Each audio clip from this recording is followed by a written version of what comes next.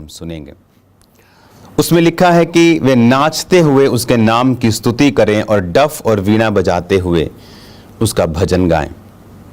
एक और वचन मैं पढ़ूंगा, भजन संहिता 150 उसकी 4 आयत को।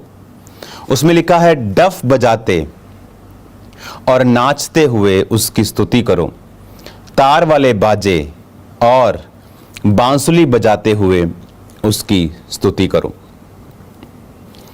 अब ये परमेश्वर की एक कमांड है कि तुझे डफ बजाकर, तुझे नाचकर अपने परमेश्वर की स्तुति करनी है। अब बहुत से लोग इस वचन को नहीं समझते हैं। वो समझते हैं कि जो नाचना है वो पवित्र आत्मा की ओर से नहीं है, क्योंकि जब उन्हें दाऊद की एग्जाम्पल दी जाती है वो उन्हें इनफ नहीं लगती, उन्हें कंप्लीट नहीं लगती कि दाऊद जब परमेश्वर के संदूक के आगे नाचा तो उन्हें लगता है कि दिस इज नॉट इनफ। लेकिन आज मैं आपसे इस विषय पे इसलिए बात करना चाहता हूं क्योंकि परमेश्वर के वर्ड को पूरा करना बहुत इंपॉर्टेंट है और शैतान यही चाहता है कि हम परमेश्वर के वचन के प्रति इग्नोरेंट रहें। अब यहूदी जो ट्रेडिशन है, जो यहूदी लोग थे, उनके अंदर एक ये ट्रेडिशन था कि वो विक्ट्री को, जीत को, यहोवा के त्योहारों को नाच कर मनाया करते थे। तो जब नाचने का अगर आप इब्रानी शब्द देखेंगे तो वो खाग है। खाग मतलब CHAG, और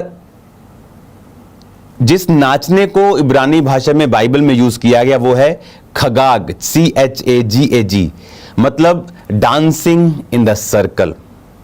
तो यहूदियों में ये एक ट्रेडिशन था कि वो सर्कल्स में परमेश्वर के त्योहारों में, खुशी में, और जब जीतते थे या मिरेकल्स को देखते थे या प्रभु के हाथों को देखते थे, हाथ को देखते थे, तो वो सर्कल में डांस करते थे।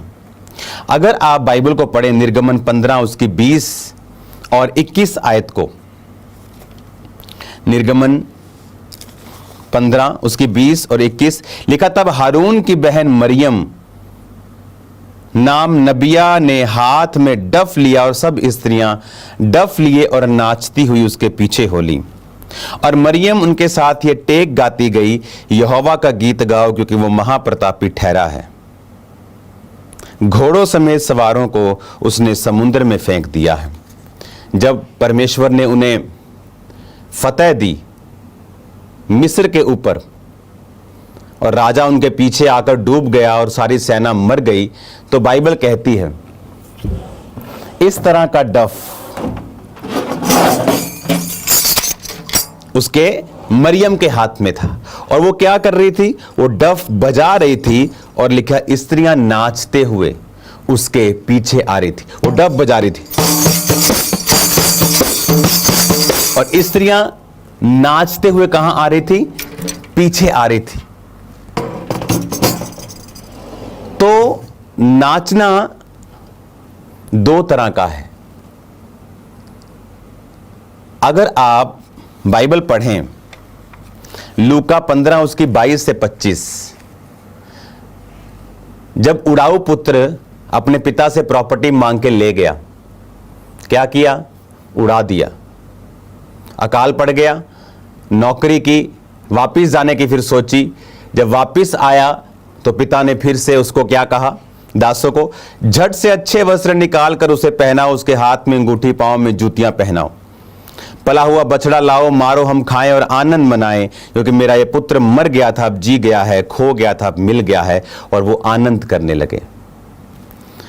उसका जेठा पुत्र खेत में था। जब वो आते हुए घर के निकट पहुंचा तो उसने गाने बजाने और नाचने का शब्द सुना।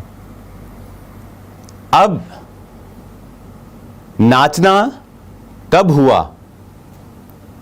जब एक पापी ने मन फिराया, जब एक व्यक्ति वापिस आया, जब एक व्यक्ति वापिस आकर तौबा करता है तो यहूदी ट्रेडिशन में लोग नाचते थे परमेश्वर के सामने कि ये मर गया था, यहोवा से दूर हो गया था, अब ये जी गया है। तो जब वो नाच रहे थे, इसका मतलब क्या